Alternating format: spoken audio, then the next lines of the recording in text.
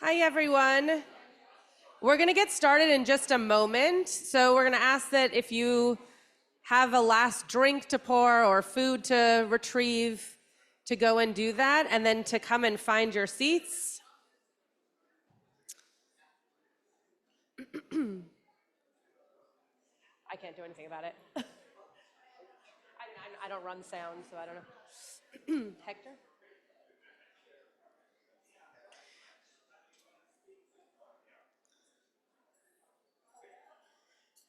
All right.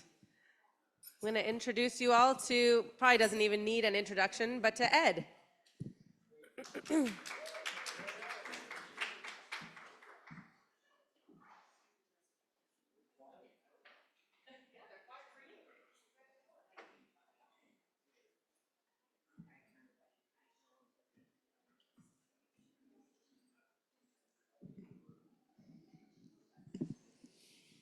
So quiet, okay.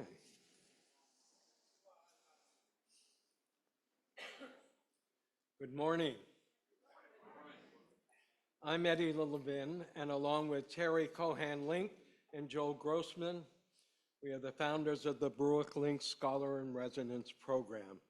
And it is my pleasure to welcome you to today's brunch event featuring our guest speaker, Israeli author and psychologist Ayelet Gundar-Goshen, who will be led in a discussion with our committee member and dear friend of Baruch Link, Professor David Myers.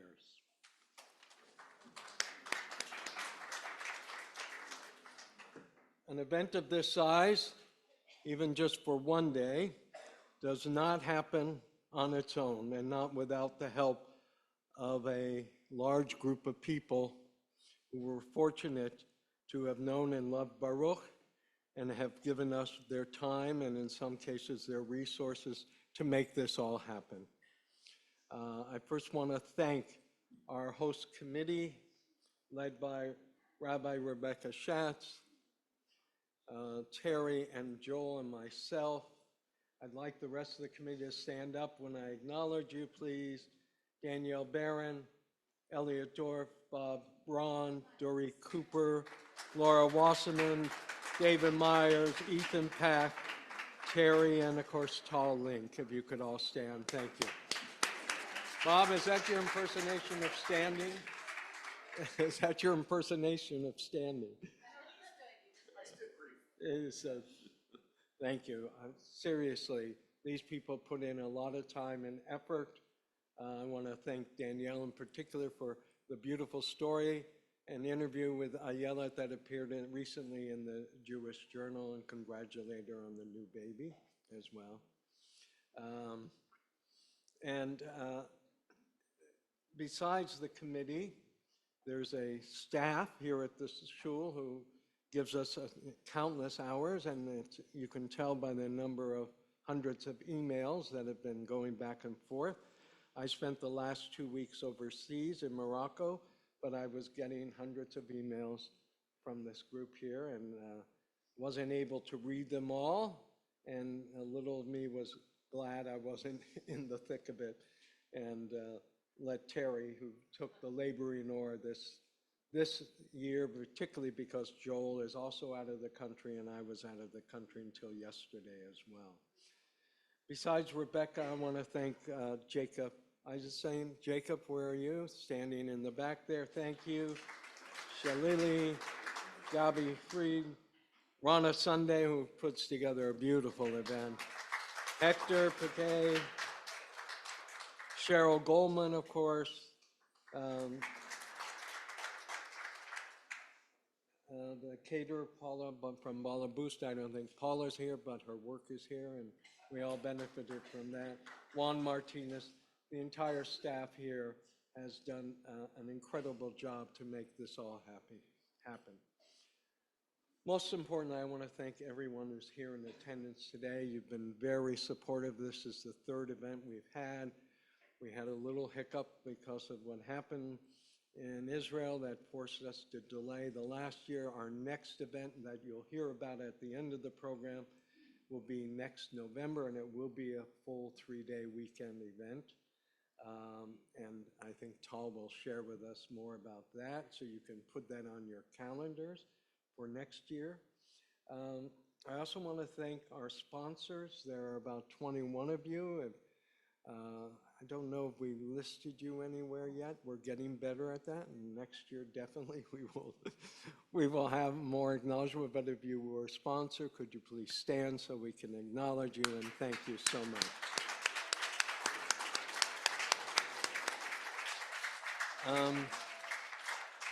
The idea came to us after we lost our dear friend Baruch to do an event like this to honor his lifetime work in Hebrew literature. We started an endowment fund, and the endowment fund is growing, and it's everybody who's participating in that. We thank you, but these events are expensive, and so the work and the contribution from the sponsors is very important. And then again, we also want to make sure we have people here to listen. We bring out these wonderful speakers, and we want to expand our reach. So if you come and you listen and you enjoy, please tell your friends so that the next year there will be a room twice this size, if not more.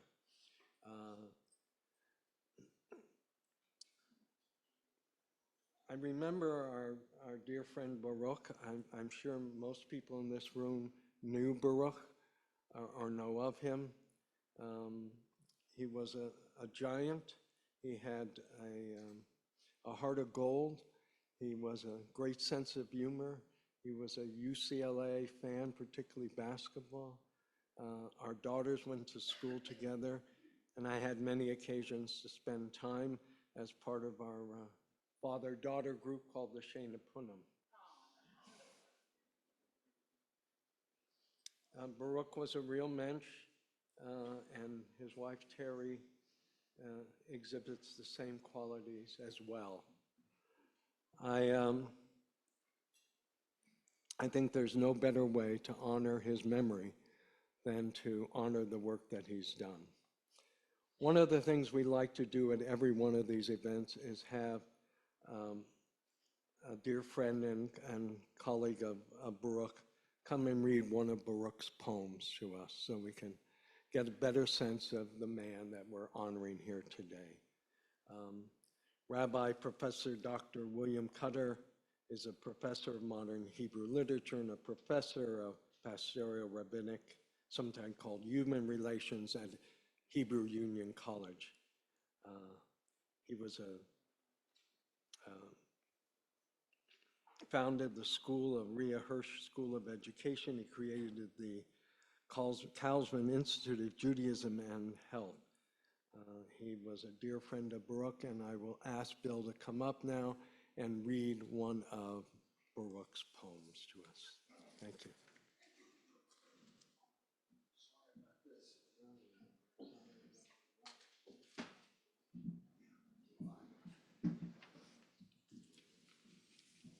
Most of you know that, can you hear me? I can't hear me, most of you know that Baruch wrote poetry, and thanks to Karen Fox and Mickey Rosen, I took on the task of translating. Right now we're at about 60. We're finished, essentially, of two groups of Baruch's poems. One group is about something so connected to Ayelet Gundar-Goshen's work, the diaspora, Israel in his soul, and the other is about his soul in the hospital room at Cedars-Sinai Hospital. So last time we read the diaspora relationship. Today, instead of standing in silence in his memory, we'll read one poem. It is on the tables if you need it. And I think Terry is going to read the English, and I'll read the Hebrew. I will say this, I've published a couple of articles about Baruch's work, and it's very hard to publish critical material on a friend, but it seemed to me after working for 2 years on his poetry that he captured a wave in Hebrew literature, Hebrew poetry, of a certain kind of straight empirical work. Israeli visitors would say it's dugri, but it's more than dugri. I'll let it speak for itself. Geula, gam haguf mevakesh geula, lechadlon hatzafui, hatzafun b'DNA, mireshito. Gam haguf doresh geula, lechulshato, leelbono, lemigbelotav, gam haguf rotze, להתפלל לאלוהיו ולחזור, גם הגוף רוצה להלליה ולא רק הנשמה. And so we don't have Baruch's goof, but we have his neshama, and Terry will now read this in English. Thank you very much. Salvation. Even the body needs salvation, and its expected salve is hidden from its origins in my DNA. Indeed, the body seeks salvation from the insults and restrictions of the fragile self. Even the body wants to start over and praise God, not just the soul.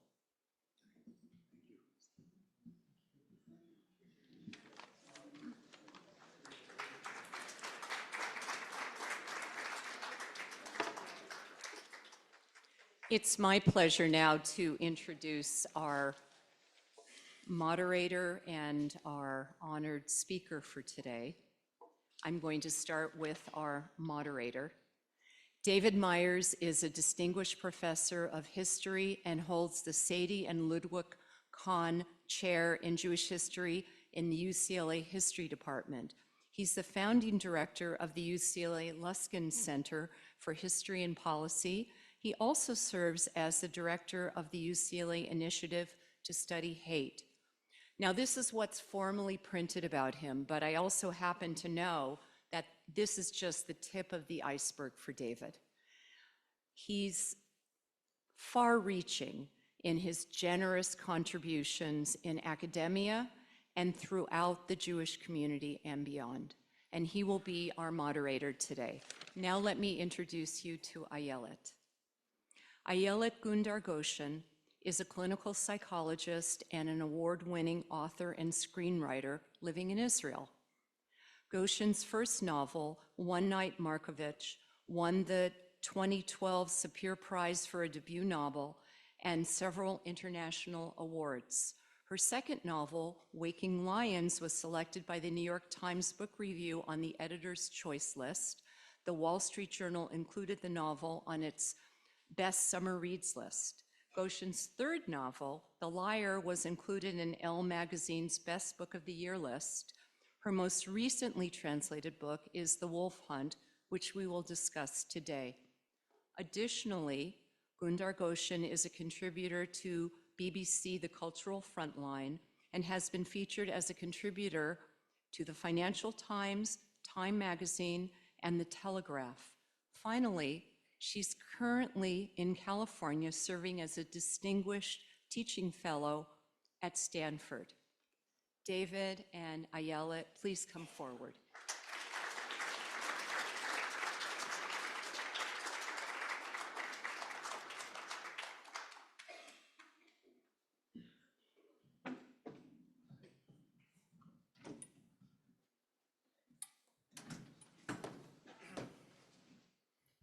Hi, Ayelet.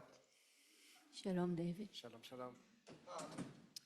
So I just want to begin by saying what a bittersweet moment it is for many of us, because on one hand, this is exactly the kind of occasion that Baruch Link would love to be present at, and no doubt would have an opinion about.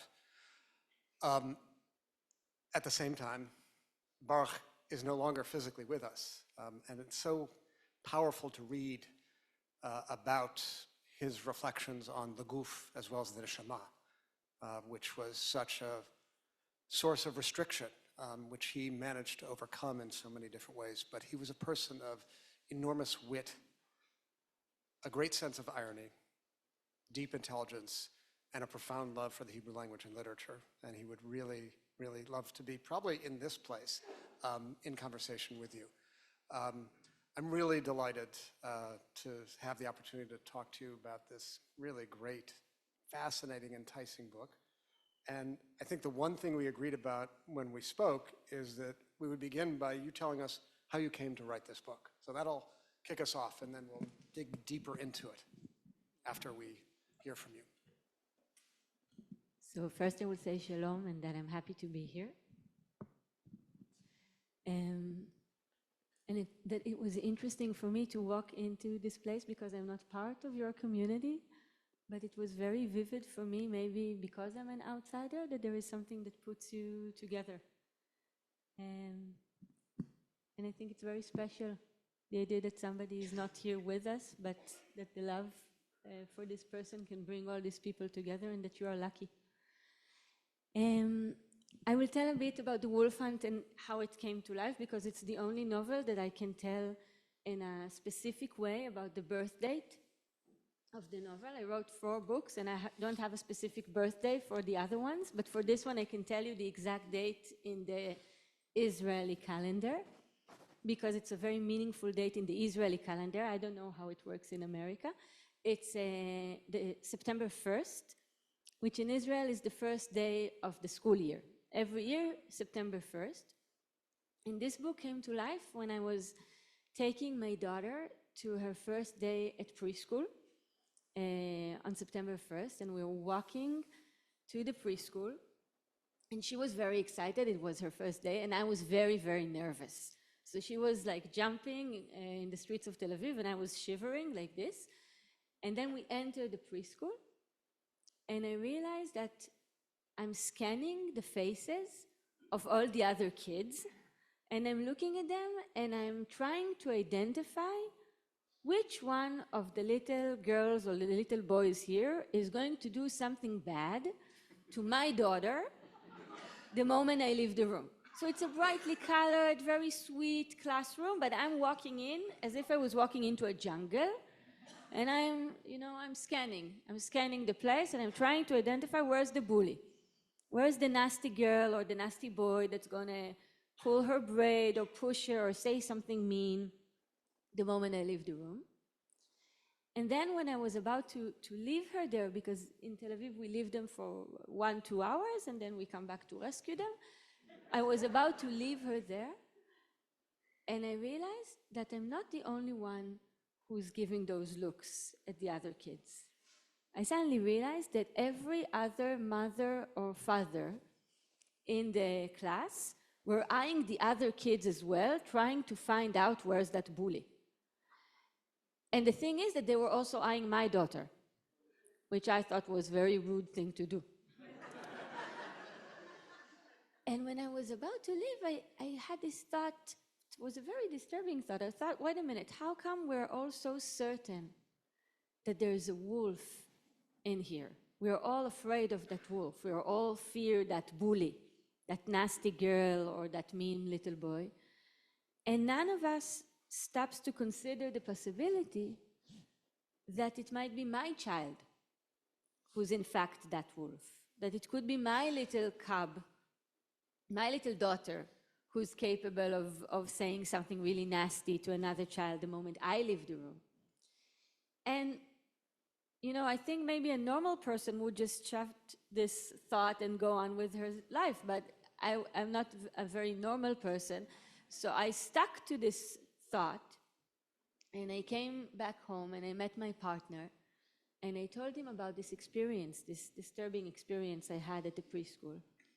And I asked him a question that I'm also asking you now, because this is the question that initiated the novel. I asked him, say you had a choice.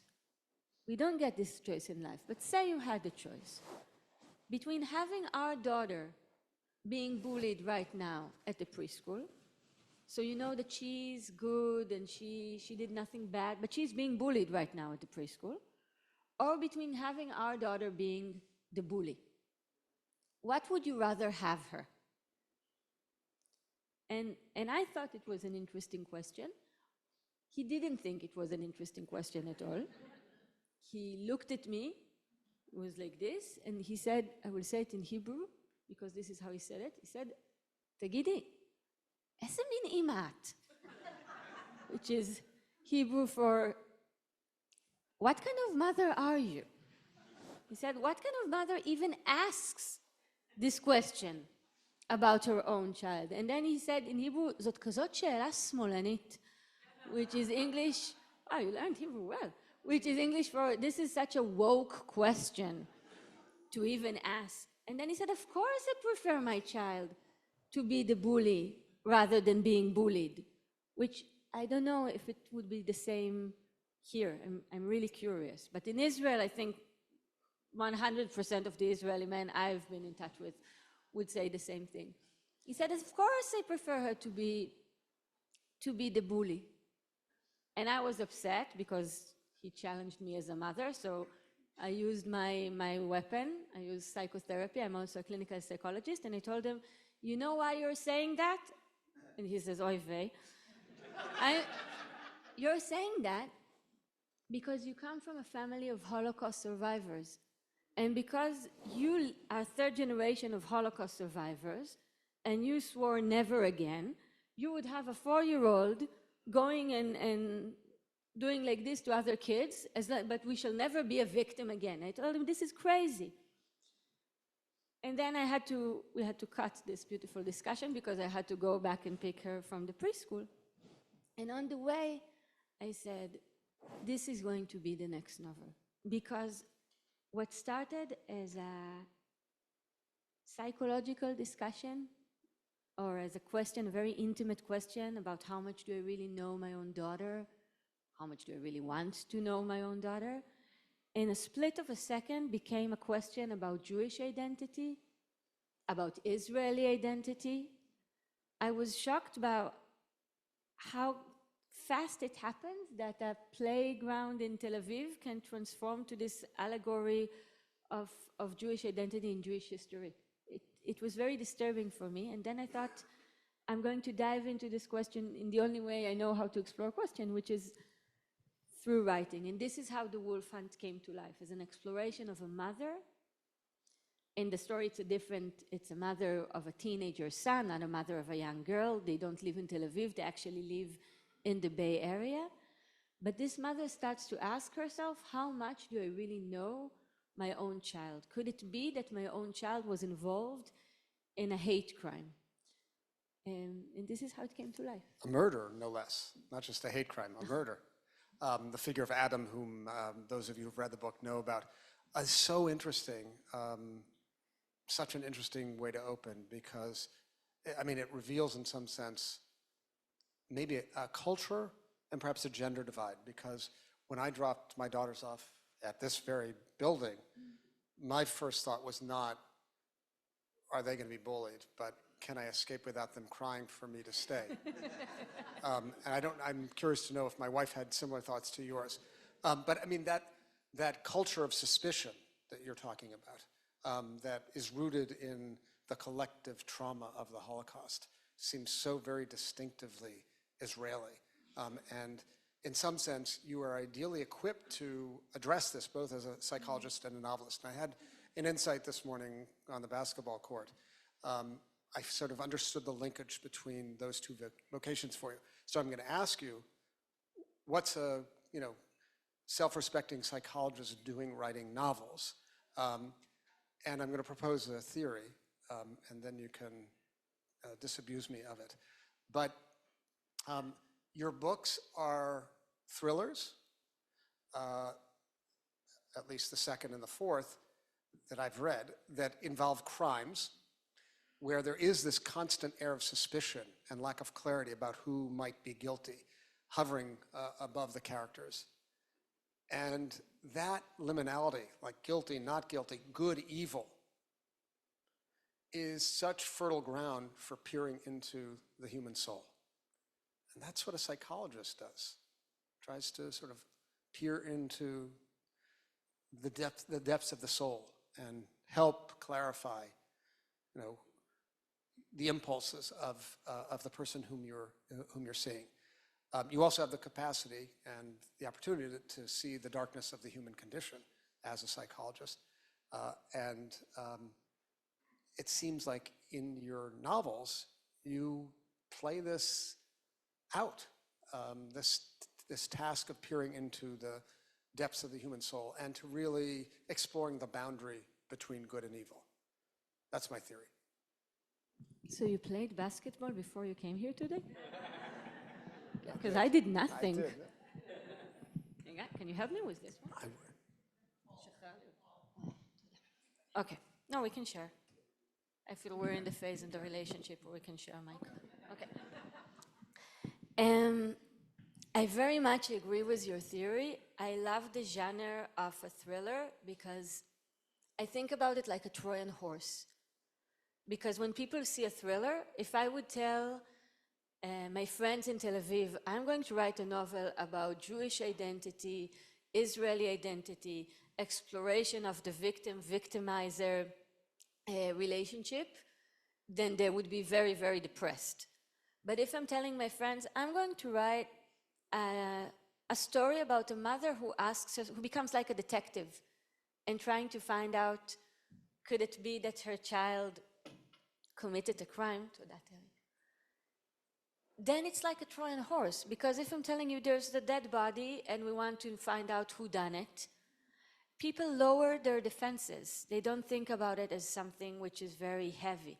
But inside the Trojan horse, you can put something which is much more, and for me, that's the real reason to write the novel. It's never the whodunit on the surface level. It's always about what hides inside this Trojan horse. And when I'm thinking about psychotherapy, the role of psychotherapy was always to ask questions instead of jumping into conclusions, instead of canceling or condemning. You ask the questions. I'm thinking there's this beautiful poem by Yehuda Amichai, the great Israeli poet Yehuda Amichai. Everybody here knows him. And he writes this beautiful poem that I always thought about as the ultimate textbook for psychotherapy. So for me, Amichai was sometimes more meaningful than Freud, and definitely for literature. And he writes this line, Amichai says, גם האגרוף היה פעם כף יד פתוחה ואצבעות. The clenched fist was once an open palm. And I think, when I work as a psychotherapist, I used to work in a locked ward. So we had youth being admitted by judge orders after committing sometimes terrible, terrible things. So when they come in, you see the fist, right? You see the clenched fist. And what we usually do when we see a fist is we either turn ourselves into a fist, right? It's the fight or flight. You either become a fist or you run away. And Yehuda Amichai, instead of becoming a fist himself or trying to avoid the contact, I think he's facing us with the question. He's saying, no child is born like this, with the clenched fist. Something happens. And maybe if you try to ask yourself what happened, then you're able to open the clenched fist and you're able to understand something. So in the wolf hunt, I thought about the situation of a child who is accused of a hate crime, accused in causing the death of his classmate. And I thought how when kids are accused in these things, we either say they're monsters or antisocials. We distance them from everyday life, as if they're not part of the collective. And I was curious to say, but what if he's not a monster? What happens if we try to ask what happened there instead of jumping into conclusions? But I was also curious, was this child in the novel really guilty in the death of his classmate? Or could it be that he's automatically accused because he's Jewish, because he's the outsider, because he's Israeli? Is it so clear to say who is the wolf and who is the lamb, who is the victim and who is the victimizer? Or could it be that it's much more tricky than that? And in that aspect, I needed a psychologist inside of me. Yeah, that lack of resolution on all the questions you just posed. Is it anti-Semitic? Is he guilty? Is it racism? Is really one of the strengths of the book, even though sometimes I wish you would just tell us who killed Jamal and then it'd be over. But you don't. And I wonder if that is your sense, I mean, just to build on what you've said, of sort of the nature of the human condition, which is to say, good people can do bad things, and bad people can do good things. And sometimes the boundary between good and bad is not so clear. Is that what you're trying to convey here, and is that what you see in your work as a psychologist, sort of the blurred boundary between these categories that, say, a moral philosopher would insist on coming down on one side or the other of? Because it's that lack of resolution of all of these questions you raised is really such a source of power of the book. I think when we go to a very clear resolution, we're missing something. We're missing the ambivalence of human experience. This need to have a yes with an exclamation mark, a no with an exclamation mark. Well, I think in life, usually when you see an exclamation mark, if you tickle it, it will become a question mark very easily. And I think I also thought about parenthood, because I thought the protagonist of the novel is an Israeli mother who relocated to America because she wanted to raise her child away from what she calls the Israeli madness. And she says the most crazy thing about the Israeli madness is that everyone is sure that it's normal. And I remember this feeling with my daughter, the one that I took to the preschool. When she was just born, we were driving and there was a siren of like a missile attack. So we stopped the car and we had to cross 3 traffic lines, and you have to lie down in the side and to cover her. And she was, once again, she was fine. She was like, really curious. She was just a baby. And I was covering her like this. And I was thinking, the crazy thing is that I'm going to go back to the car in 10 minutes and drive to my parents' house for Shabbat dinner. And we won't be even talking about it. This seems completely normal to do this. And then, you go on with your life. So this mother went to America because she didn't want this kind of life for her child. But then she realizes that while leaving Israel, she might expose them to a different kind of madness, which is the anti-Semitic madness. So it's not the Israeli-Palestinian conflict anymore, but she sentenced him to being the other. While in Israel, he's not the other, because my kids didn't know that they were Jewish until we came here for the author in residence in Stanford. Because in Israel, they didn't thought it's called being Jewish. They thought it's called a life. Like, this is what you do in Shabbat. The idea that there is Sunday, and they didn't know it. And so she went through this whole move to America to keep her child safe, and suddenly her child is being accused of committing a hate crime, and she asked herself, could it be because of anti-Semitism? Is it a blood label? And this comes to your question about a clear answer, because I asked myself, this mother who thinks of herself as a police detective, and the riddle that she's trying to solve, the mystery that she's trying to solve is her own child. Does she really want to solve the mystery? Does she want to know the truth about her child? Or could it be that the role of the mother is not to be a detective that knows everything? That the role of the mother is to choose to be blind to certain element of your kid in order to love him the way a mother is supposed to love her child. Because nobody else is going to think that my girl is the most beautiful girl on earth. I'm the only person that for him, she's the most beautiful girl on earth. This is my ethical stand, that my job is to love her no matter what, or is my ethical stand is that she has to pay for what she chooses to do? So when I was writing the novel, I was far more curious about the question of, does the mother really want to know, and what will she do with this knowledge as an ethical question, rather than just the answer itself? Yeah, I mean, that query and the possibility that she doesn't want to know seems in some sense connected to her physical status. And I'm thinking here in particular of the Hebrew title of this book, Relocation. which I read immediately as dislocation, because Lilach is clearly, at some level, completely out of place, like does not feel at home in the culture of the Silicon Valley. And yet, at one point, I think, if I'm remembering correctly, confesses that she doesn't really feel at home in Israel either.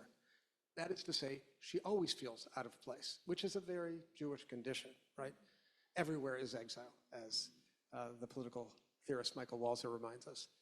So that dislocation, or as you entitled in Hebrew, relocation, seems to fit with the lack of resolution. And I'm really curious about whether that's patently autobiographical, that sense. Like, is Lilach a projection of yourself and your own sense that you're nowhere at home, here or there?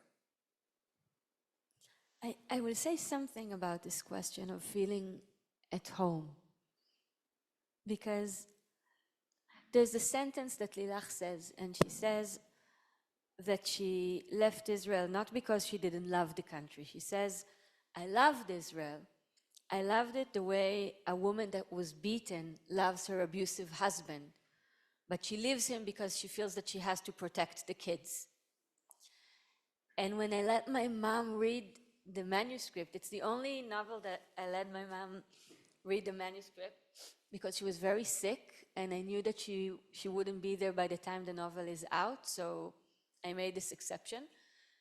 And when she read the manuscript, she told me, I hate this sentence about Israel as an abusive partner so much. And my mom was a literature teacher, so she said, I know it's not you, it's the protagonist, and I know the difference, but still I hate it so much. And I told her, I hate it too. I hate the sentence too, but I still have to write it down.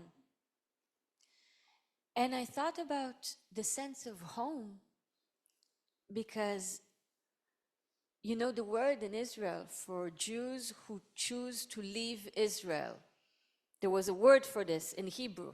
You know the word? Yordim.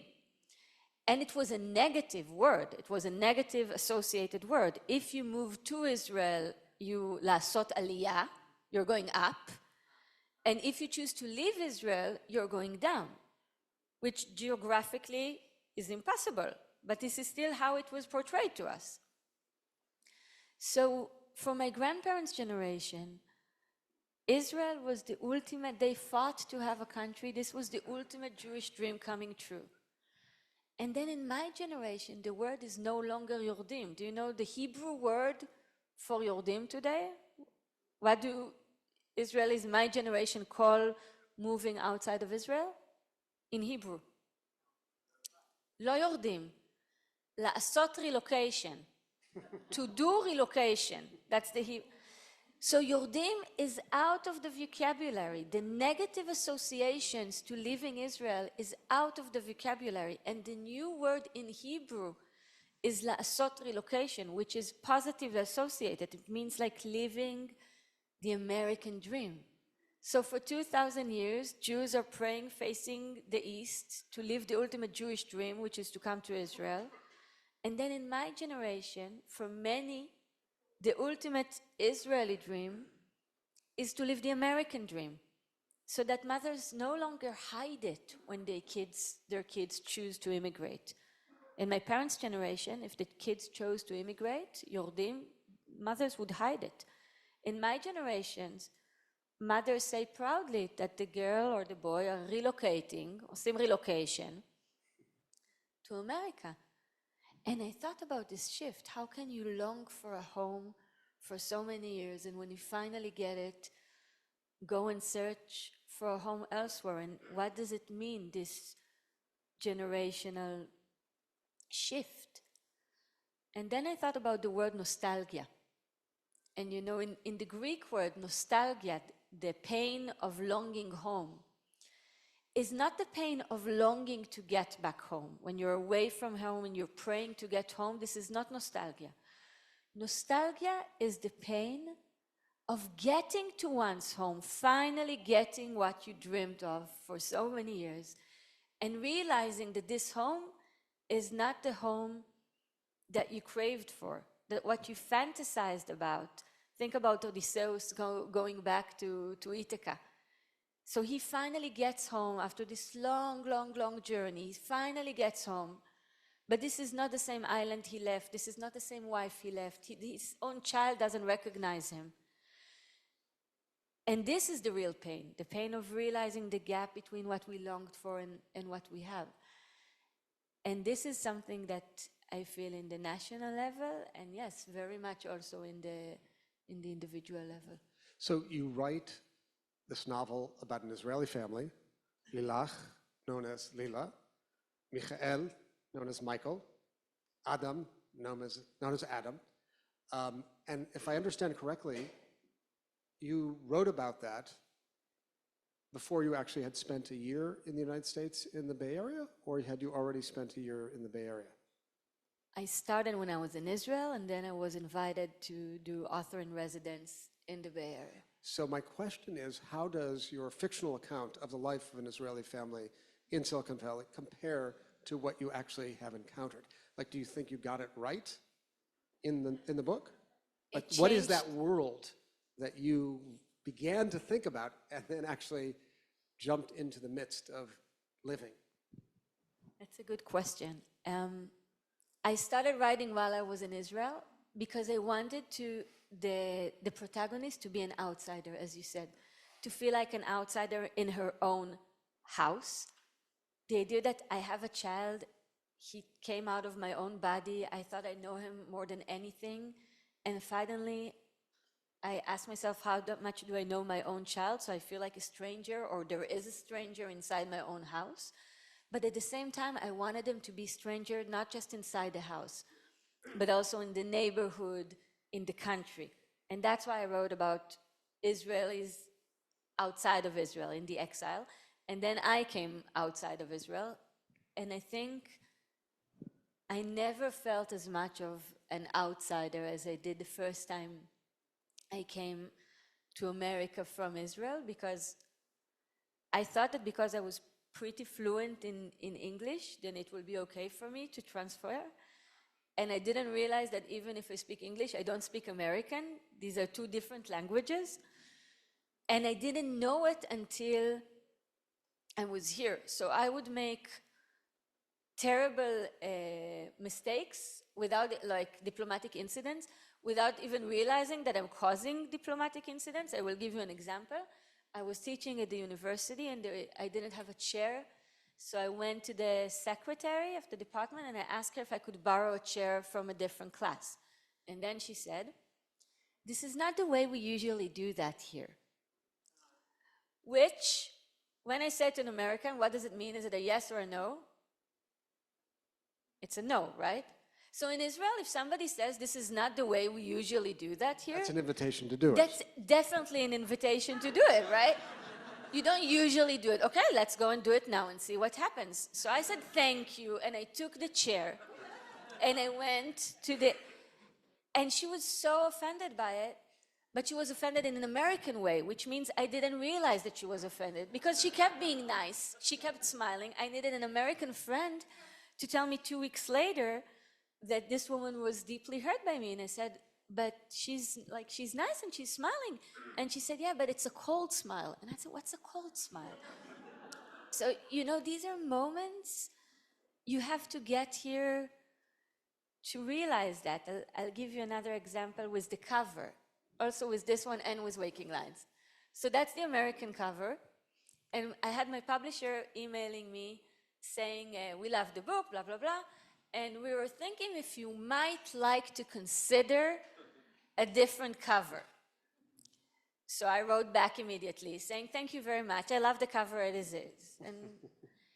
And then my agent heard about it and was so shocked. And he said, "They didn't ask you what do you think about the cover. They told you that they're changing the cover." So when somebody in America is saying, "Would you like to consider?" he's actually saying, "Do it." And these are things which are the opposite of Israeli identity. You talked about being Dugri. You know Dugri, the Hebrew word? Dugri is a positive Hebrew word for being direct and honest. אני אדבר איתכם דוגרי, I will talk דוגרי with you, means the most precious... Candid, straight, tell it like straight? it is. נכון, תכלס. And in America, there is no English equivalent to being positively... You have the word, which we don't translate to Hebrew, we never did, tact. Oh.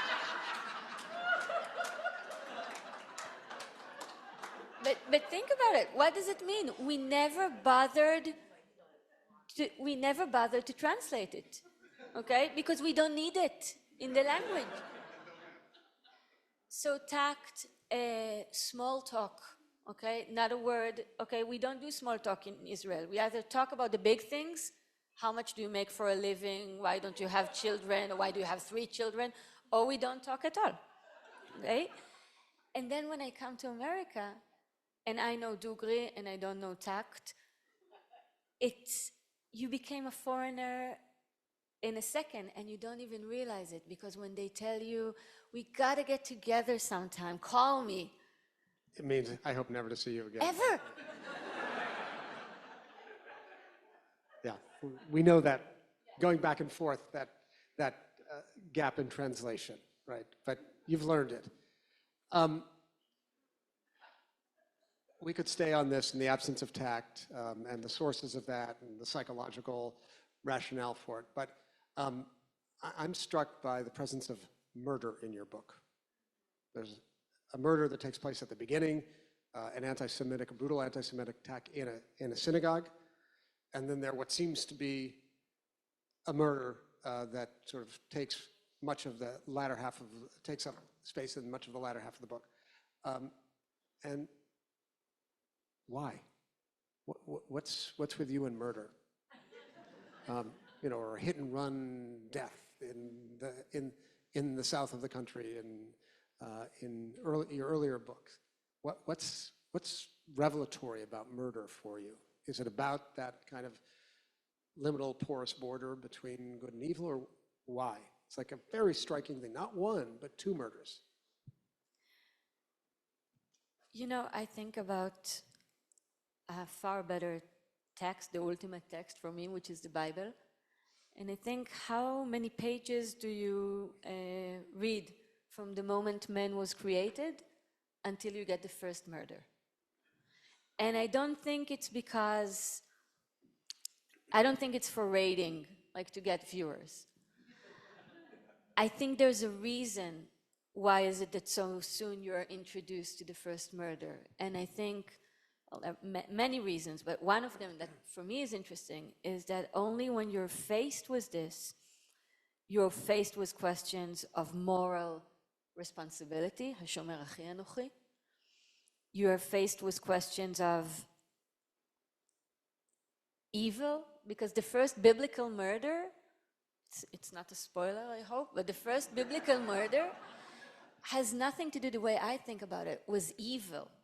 It's not the Netflix, HBO sociopath.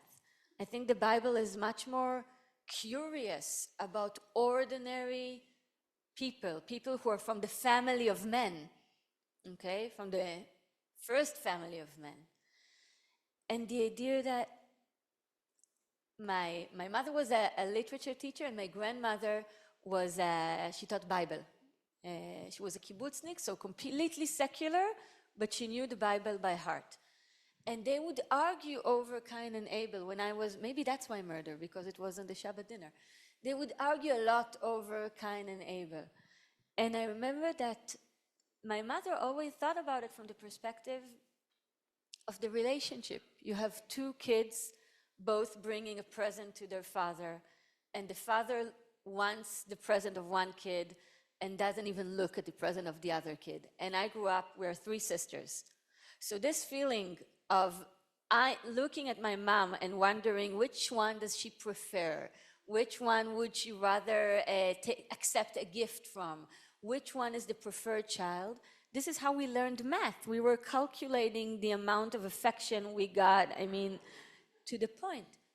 So I think when you go to murder, you're making the ultimate representation of something which is much more fragile and intimate, of questions of how much is a child seen by his father in this biblical story, for instance.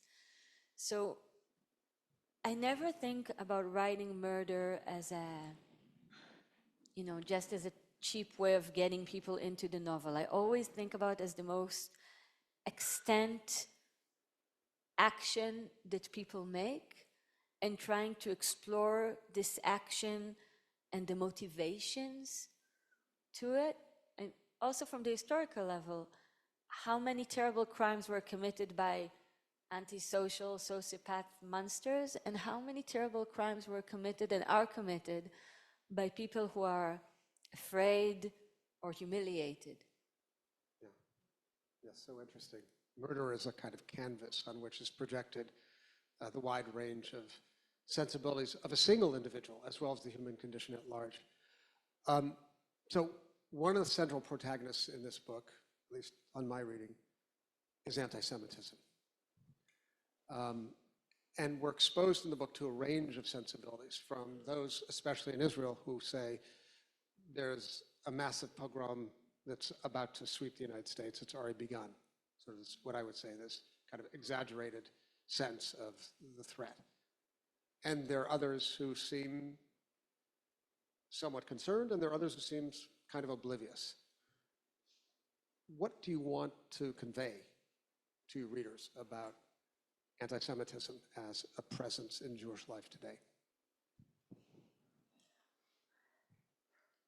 It's an interesting question, because I feel the answer for me changed after October 7th. This is a novel that was written before October 7th. So it was written after the attack on the Tree of Life synagogue. So after we did see anti-Semitism in America, but it was written from a different perspective. But I think in the novel, in the individual level and in the national level, I was curious about the relationship between fear and reality. I entered the preschool of my daughter fearing a potential wolf, and maybe projecting my own fears on innocent kids, and maybe neglecting the fact that in reality it could be my child who's that wolf. I asked the same question that I asked in the individual, domestic level. I ask it as a nation. When is it that there is clear anti-Semitism in front of me, and I don't see it because I don't want to see it, because I'm naive?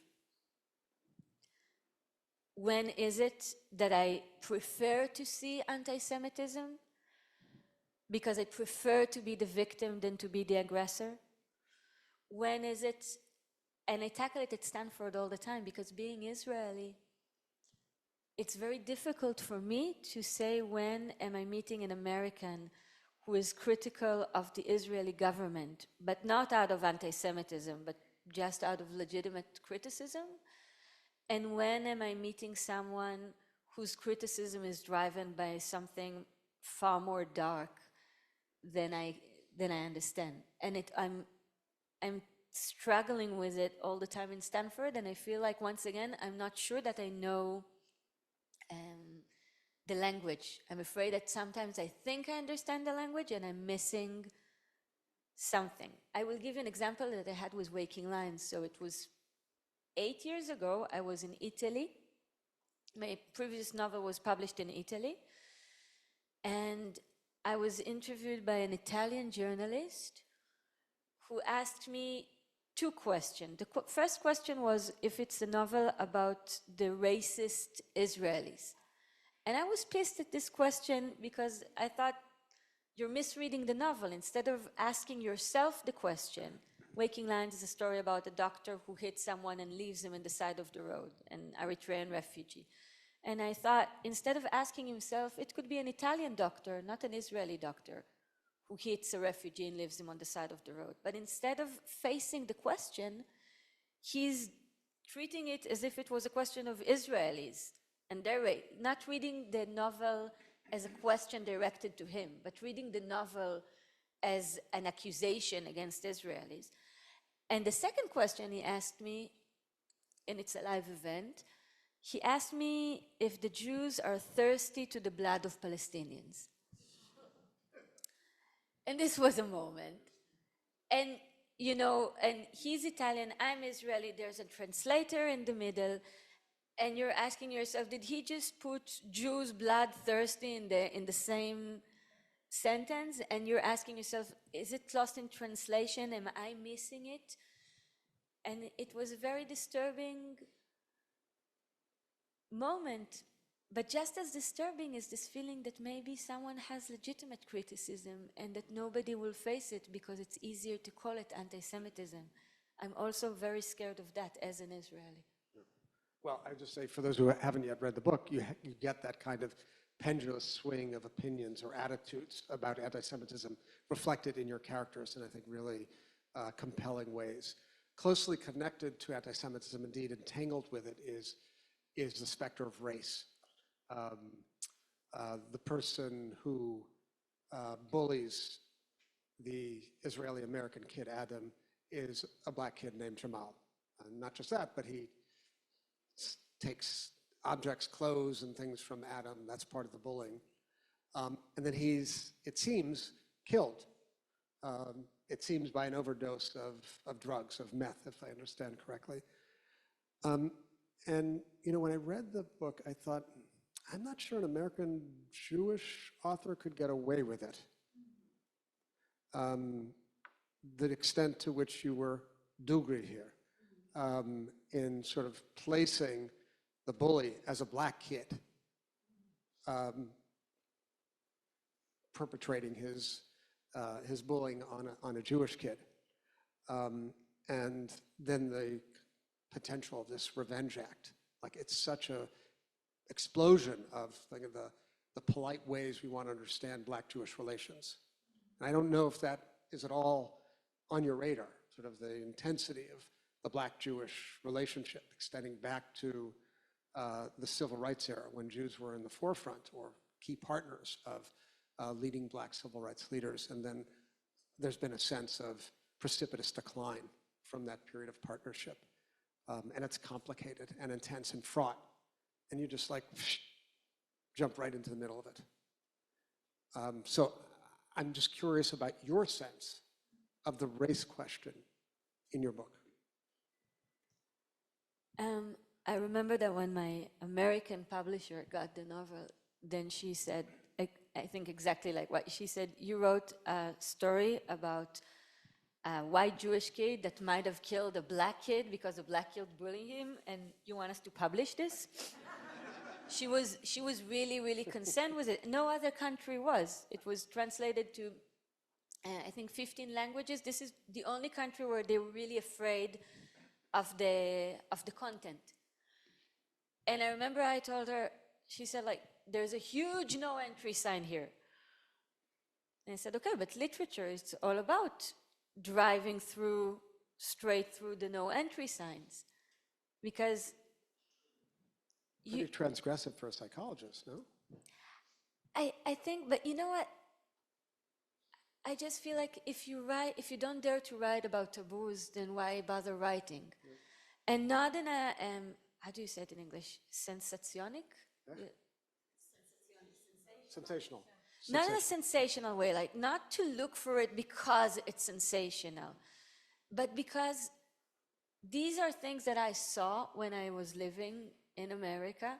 These are things that exist, and the idea that if we don't talk about things they don't exist is a very dangerous one. I'm thinking about the idea that people tell you as an author what you're allowed to write about today. So because I'm Jewish, I get to write about Jews, but because I'm white, I'm not supposed to write about race. I can write about women because I'm a woman. You cannot write about women because you're a man. We're missing the whole beauty of literature. Literature is about to be able to imagine yourself in the shoes or the skin or the gender of the other. And if all you do is being afraid all the time of offending anyone, I don't think you can write one letter straight. And especially in this novel, I wanted Lilach, the protagonist, to be faced with this question of, is her child, Adam, a victim because he's an outsider, because he's Jewish, and he was bullied by an American kid? Or could it be that she thinks of herself as a victim and she's completely blind to the fact that Adam is from a high, better socio-economical status compared to these kids, that he does have privilege, that this whole victim identity role blinds her from seeing reality as it is. And you can never discuss it if you're not discussing race. Right. Okay, I have a follow-up to that, but I just want to offer a program note to the audience. I have a bunch more questions, but I think I'm going to limit it to about 2 or 3, and then we're going to open for discussion with Ayelet. So how burdened by wokeness is American culture in your observation? I'd like to follow up on that last question. Like, do you really think this is a huge source of inhibition for sort of giving full expression to the range of the human experience? How burdened is American culture by wokeness? The state of being woke. I'm sure you'll be candid. No, I feel that it's an Israeli perspective, and I said, we are a very direct culture. So it just feels, my daughter wanted to wear kimono for Halloween, and then a friend advised her not to wear kimono because kimono is a cultural appropriation. And she looked at me and she said, Ima, ani rotza habayita, which is, I want to go back to Israel, because in Israel she would never think that wearing a kimono is cultural appropriation. We all had kimonos from visits to... I think, as a psychologist, the idea of not talking about certain things is always more frightening for me than the idea of talking about them, facing them, and dealing with them. I think also in Jewish tradition, okay, we can disagree, we can have completely different... Can. But if we don't do machloket, because I cancel you the moment you say something, and I refuse to sit to the same table with you because 20 years ago you wrote something that I disagree with, then we never have a chance of building anything. Okay, we're defined by the gaps instead of being defined by the attempt to build bridges, and I think it's dangerous. Thank you for that. I have to move us ahead because there are just a couple questions I have to ask, and then I'm sure others have. One of the most mysterious and fascinating characters is Uri. Secretive, member of Sayat Matkal, maybe a Mossad guy, and then ends up as the trainer, the self-defense trainer for a little band of Israeli-American kids in Silicon Valley. This is a guy who's supposed to be the Ramatkal, the chief of staff, you tell us. Someone who's clearly fallen in status and stature. What does he represent for you? I really liked the character of Uri. Uri is It's very clear you like that character. Yeah. Uri is there's an attack at a local synagogue, and the mother fears for her child, so she sends him to study Krav Maga. And the person who trains the kids in Krav Maga is Uri, who's an ex-combat warrior. And he's a very deceiving character, because at first Lilach doesn't like him. He's like this Zionist macho guy, and she doesn't like this sort of machoism, and she doesn't like the fact that her child is clearly drawing back from her and being attracted to this sort of masculinity, which she never liked. So her own child, instead of being curious of what she has to say, suddenly just wants to know what Uri has to say about everything. So she might be even a little jealous of this man who comes in and just takes her child away from her. But then as things start to go wrong, she becomes more and more in need of this Zionist macho character, because when you get scared, this is what you want next to you. And I was really curious about this. You know, in Israeli papers, they always write about the people who made it in America, okay? The tech giants or the unicorns, okay? The ones who made it in America. They never write about Uri. They never write about all the people that went to America in order to become the next unicorn in the Silicon Valley and didn't. And I thought about this character of a man that was supposed to be the ultimate Israeli guy, Sayeret Matkal, like commando rescue unit, and then go and to make it in America and to live the American dream, and he doesn't. And how dangerous can that make someone? All these ambitions and nothing actually succeeds. How dangerous can that turn a person to be? So I thought of this sort of masculinity as something worth exploring. Yeah. It's a very powerful character. I mean, he's so damaged, and yet so charismatic, and yet you get the sense that there's some link between what befell what the fate that befell him and his charisma. I'm going to ask a final question that's a big question, in a certain sense brings us back to the beginning. I told you that I think I told you that when we spoke that I'm working on a book that traces some of the historical roots of trauma beginning in 1948, extending forward. And so I want to ask you, what is your sense of the state and presence of trauma in the Israeli and Jewish condition? And what impact do you think it has in propelling, distorting, shaping the Israeli and the Jewish experience?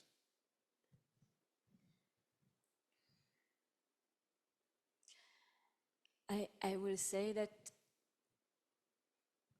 for me now it's not just a professional question as a psychologist, it's a personal question as an Israeli. After October 7th, I work in a mental health hospital in Israel. I'm a chief psychologist at a mental health clinic called the Eliezer Clinic, and it's part of a mental health hospital called Shelvata. And right on October 7th, they declared a state of emergency in the hospital. As far as I know, it's the first time that there was a state of emergency in a mental health hospital. And the reason why it was declared is because it was very clear right from the beginning that we're not just talking about the amount of people that were directly affected.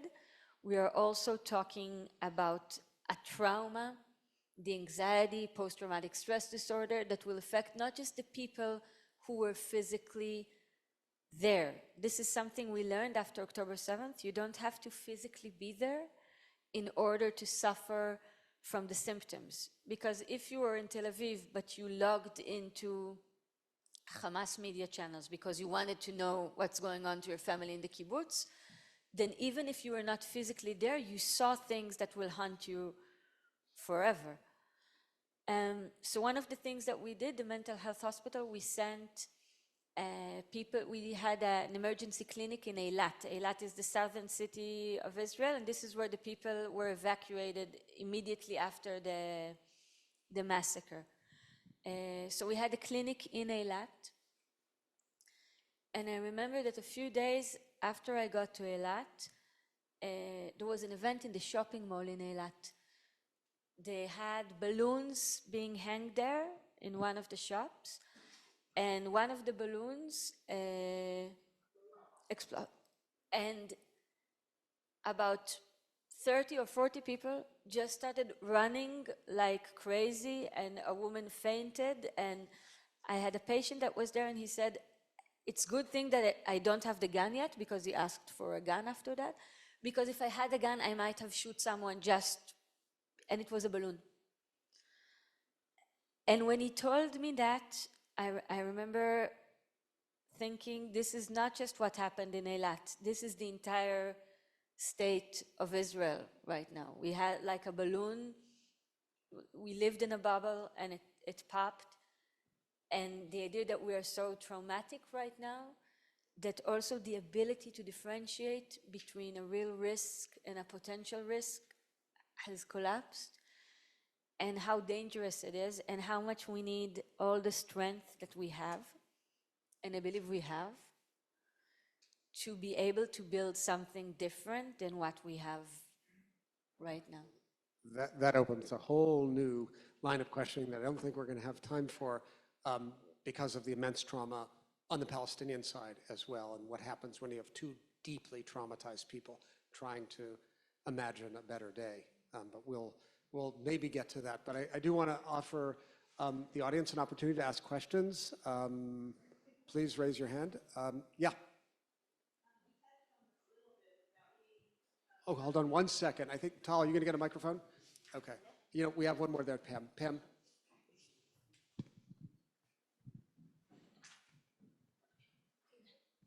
You touched on this a little bit, talking about your experience at Stanford, but I'm curious, given what's going on campuses now, and this whole thing about, you know, literary boycotting of Israeli and Jewish authors, what your experience is now. My experience in Stanford so far has been very positive. And there is one thing that I see again and again, and that is that when I'm talking to Jewish pro-Israeli audience, and I'm talking about the suffering in Gaza, people feel as if I'm not supportive of Israel. And when I'm talking with people who are very supportive of the Palestinian side, and I'm sharing from my experience working with Nova survivor, they feel uncomfortable as if talking about the trauma of the Nova survivor is legitimizing what's going on in Gaza. And I think both perspectives are very dangerous. I consider myself very pro-Israeli. I live in Israel, I raise my kids in Israel, and I'm very, very concerned by the current government and by what Israel is doing right now at the Gaza war. And I don't think it's anti-Israeli to say it. On the contrary, I feel that you can care very much for the country and also for its moral character. At the same time, I was really shocked. This is something that you don't see when you're in Israel. The idea that there, for some people, acknowledging the fact that there was a massacre, they're unable to acknowledge that. We heard about it, but the first time I encountered it was after I left Israel. And I think this plays right to the hand of politicians that are trying to tell you that you have to choose one, as if you cannot have empathy for both sides or asked to be human for both sides. I find very dangerous. It's been very hard in this deeply polarized environment to hold on to that nuance and complexity. Very, very difficult for, I think, a lot of people on campuses and beyond. Yeah, right here. So I want to ask you a question as a writer. I don't want to know where you came down on this, but I am curious if you yourself ever came to a conclusion sort of about what actually happened at the party, what happened with Adam, what happened with Jamal. Did you yourself, I don't want to know what your answer was, but I want to know if you have one. I want to know what your answer was. Who killed Jamal, for heaven's sake? Just tell us.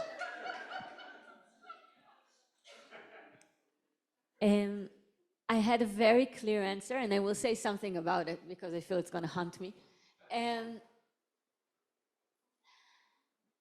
I wanted, for me, the most important question, as I said earlier, isn't about Adam and Jamal. It's about Lilach. Because Lilach, the mother, at first she says, I'm a moral human being, and I want to know what happened.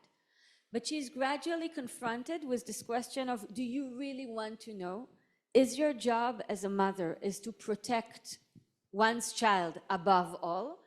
Or is my job as a mother to maintain the moral standards, even if it means bringing on my own child? Once again, it's a parental question, but I also think about it in the national level. Is my job as an Israeli to defend Israel above all, or is my job to seek the truth and accountability, even if I'm Israeli? And that's why at the end of the novel, and I will say for me, it's a little bit like the first whodunit, the first whodunit in literature, which is Oedipus, King Oedipus, as being the first literary detective. So Oedipus wants to find out who killed the previous king who killed Laios. And he's like a detective. He's investigating the witnesses, trying to find out who killed the king, because he's sure that the murderer is out there and he has to catch this terrible murderer. But eventually, when he comes to realize that this terrible murderer, the aggressor that he assumes is out there, is in fact he himself, Oedipus takes his eyes out, as if to tell us that when you seek the truth, you think that the truth is the best thing that could happen to you, the truth can have terrible consequences. And that's why with Lilach, I said, when she will be faced with the possibility of learning the truth, the entire novel, she just wants to learn the truth. Will she want the truth, or will she prefer to protect her own child above everything? Which means above Jamal's mother, above her need for certainty. So it's actually about Lilach's moral character. We think the whole novel is about Adam's moral character, but I think it's about Lilach's moral character. And I hope, that this question get a very clear answer at the end. And because for me it was the most important question, that's why I left it to the final sections. And for me, this tells what I wanted to explore in the novel, far more than the specific whodunit, which was a Trojan horse. So you're not going to tell us? אחר כך. Right in the back. Hello. Just curiosity, you said the current really Israeli parents, they would love for kids to go to America. That's the goal. Curiosity, I just want you to, why they are not choosing Europe or Canada? Is there something about America? Is it just only the material, or there is something else? First, I would like to say, I'm sorry if I said it as if all Israelis in my generation, definitely not all, that there are many who want, me too, I choose to live in Israel, I don't want to relocate to America. But you're right that there's a higher ratios, and especially now with the war, many are leaving. I think there's a very simple explanation, which is the English language. And it's easier to relocate to a place that speaks English. And there is a deeper cultural tendency. We have a very long bleeding history with Europe. And I think this is really, truly history's irony, what you see right now with so many Israelis relocating to Berlin. I can say that for instance, if I was ever to immigrate from Israel, I cannot see myself going back to Berlin or to Vienna, to the countries that my grandparents had to escape. This is just too much irony for me. And another interesting thing is the idea that I grew up in Israel. I didn't set foot in America before I was 18, but I knew America better than I knew certain areas of Israel. I knew LA, like the Hollywood sign. I knew Venice Beach. Okay, I knew Sunset Boulevard better than I knew some streets in Haifa, for instance. And the gap between the image and reality is so powerful that I think when people choose to leave, they jump right into this gap. I think with Ethan and then Aryeh, and we have a question up here as well. Paul. Thank you so much for joining us. So this is as a clinical psychology question, and it builds on what you've been talking about with the trauma. Recently, I posted something about a Palestinian in Gaza who was burned to death, and an Israeli relative of mine who lives in the south said, maybe in a few years, we can have empathy for that, but right now we can't. And I'm curious, we could talk about that politically, morally, but as a psychologist, is there a limit to, October 7th is so traumatic, I imagine it could take someone a lifetime and they would never process all that trauma. Is there do you find that there's a personal psychological limit that October 7th overwhelms it and it can't take in anything else? Or is that, do you think, differs by individuals? Thank you for this question. Um, I will say that when you're overwhelmed with grief, your capacity, or pain, not even grief, pain, your capacity to have empathy for the pain of the other shrinks. But then to say, maybe in 4 years or 10 years, it's like saying, and it's okay to stay this way, rather than to try to restore our ability to feel. I will give an example that from an encounter that I had in the emergency clinic that we opened in Eilat. I can share this because the person later talked in the media and said the same things. There was a member of one of the kibbutzes that survived the massacre, and he was a very active peace activist. He was an ambulance driver, and he would use the ambulance to drive Palestinians to hospitals, Israeli hospitals, every Friday on his day off. Instead of enjoying his day off, he would go to the border, take Palestinians, drive them to get medical care. And then after the attack, he was the one who was taken by the IDF when they finally got there to recognize the people who were dead from his own community. So he saw terrible things, and he told me that right now when he looks at Gaza, he feels like he's so angry that right now, we're talking October 16th, I think, okay? So like 10 days afterwards, he said, right now I'm so angry, I feel I could have it wiped off. But then he said, and I'm scared of this thought, because this is not who I am, and I don't want to transform into this person, and I don't want to think that Hamas were capable of turning me into this person. And his question was, am I going to stay this way? Because this is not the person I want to be. And I remember I thought how much I admire this person, because he, better than all of us, understands what's going on inside of him, and he knows that we should fear it. He's not embracing it. He knows that we should fear it. So when I think about acknowledging what's going on in Gaza right now, I think we have to do it. Especially, once again, I don't think it's anti-Israeli. I think I'm raising kids in Israel. I have a 7-year-old that in 10 years is supposed to recruit the IDF. If we don't try to build something new now, then it's our kids who will be in the same situation. And of course, we need the Palestinians to want to build something new. This does not release them at all from responsibility. They have full responsibility. But at the same time, we have this responsibility over our side, the way I see it. Aryeh. Thank you. Thank you for writing the book. Thank you for coming.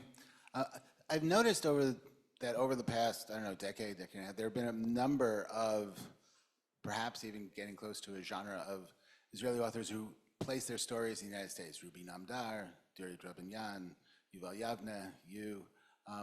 And I'm wondering, I want you to reflect on that if you think that's important. And I'm thinking perhaps that it's easier for Israeli authors and an Israeli audience to grapple with various tensions and conflicts when it's staged outside of Israel. That's a good question. The concept was that the great Israeli novel is supposed to be set in Israel and tell the story of Israelis for Israelis, right? When we write modern Israeli Hebrew literature, it's set in Hebrew and it's supposed to be set in Israel. But sometimes, in order to understand Israel, you have to get out of Israel. Just like when you're in the museum, I hope to get to LACMA today. So when you're in the museum, you first stand close, but then you take a few steps back, right? And only when you step back, you can grasp things that you don't always see when you stand too close.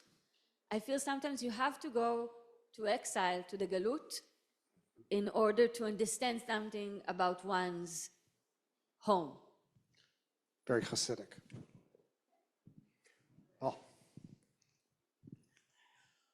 The incident toward the beginning of the book where there's an attempted mass murderer, and then the um, the media talk about how he's justified or maybe justified in doing this because of his disadvantages, and even that they are talking to the victim's mother about this. Is that based on anything you've actually seen, or is it just made up as a frame for the story? It's based on something I've seen. I've seen after there was an event in a temple in New York where the man who it was with a machete. Machete. Machete. Never gonna be able to pronounce that one. Machete. Okay, and the person, and then I saw that this discussion was he work on it. If he was capable of being set on trial or not. And you know, as a psychologist, I find it very interesting because we want to think of the people who committed a hate crime as accountable and to denounce hate. At the same time, sometimes you look at these people and you're saying clearly they were psychotic, clearly they were played into it. And then this whole very clear cut between the victim and the victimizer become much more blur. And I'm always interested in the blur lines. So I think Tal is going to come up and offer a final word, but I do want to just say two things as she does so. It's really been a great pleasure for me to be in conversation with you. I've really, I know I really like the novel, but I so appreciate your candor, your wit, your intelligence, your capacity to grasp nuance, to sort of work it through in psychological terms, sort of the moral questioning that you engage in. It's been a really rich conversation, and I think it's exactly the kind of conversation that Baruch Link would so love and be so deeply immersed in. And so I just want to thank you for honoring his legacy in the most profound way. Thank you.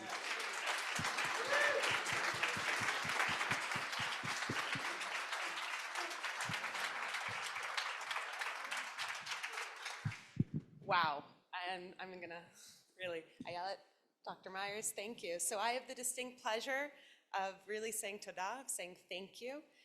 And I'd like to begin by saying just how truly grateful I am, but also I'm gonna speak on behalf of the committee that you're all here today. And I also want to extend a welcome to our viewers online. I know there are a few, so hello and thank you for joining us. Whether this is your first time attending or if you've been with us from the very start, your presence today means the world, and thank you again. This event wouldn't have been possible without your support, and we really cannot be as joyful and make the event as possible without having people here physically with us joining us, so really big thank you.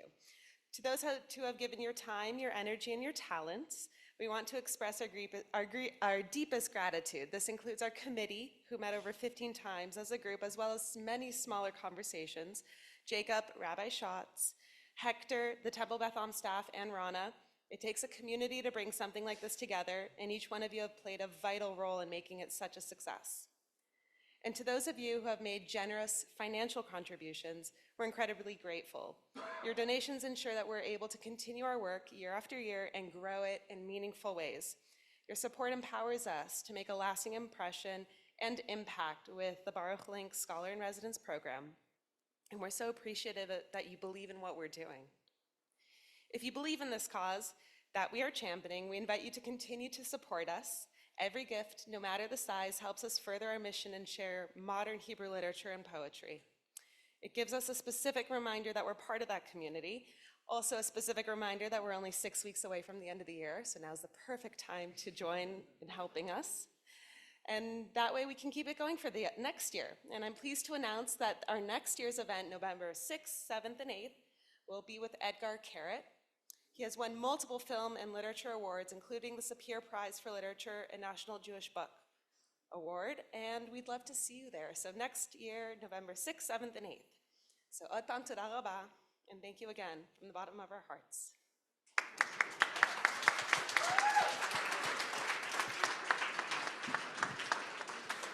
My last announcement is Ayelet will be book signing near the door if you'd like to ask any additional questions as well.